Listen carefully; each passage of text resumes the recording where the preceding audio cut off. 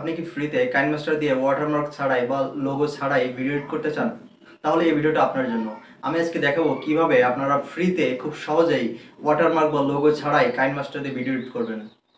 এর জন্য আমাদের দরকার হবে কাইনমাস্টার এবং ভিএন ভিডিও এডিটর অ্যাপ। তো চলুন এই সিক্রেট ট্রিকটা শিখে নেওয়া যাক। প্রথমে canva.com ওয়েবসাইট বা ক্যানভা অ্যাপে চলে যান। তারপর এখান থেকে আপনার রেশিও অনুসারে একটা ডিজাইন তৈরি করুন এবং ব্যাকগ্রাউন্ড কালার যেটা আপনার ইচ্ছা সেটা দিতে পারেন।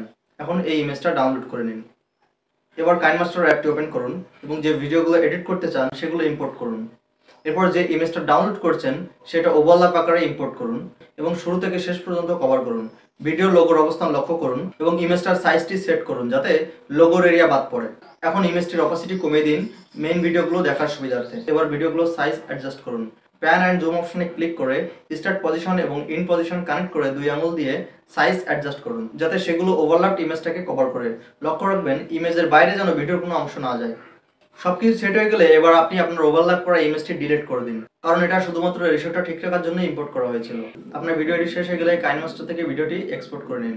এবার ভিএন ভিডিও এডিটর অ্যাপটি ওপেন করুন এবং কাইনমাস্টার থেকে এক্সপোর্ট করা ভিডিওটি ইম্পোর্ট করুন।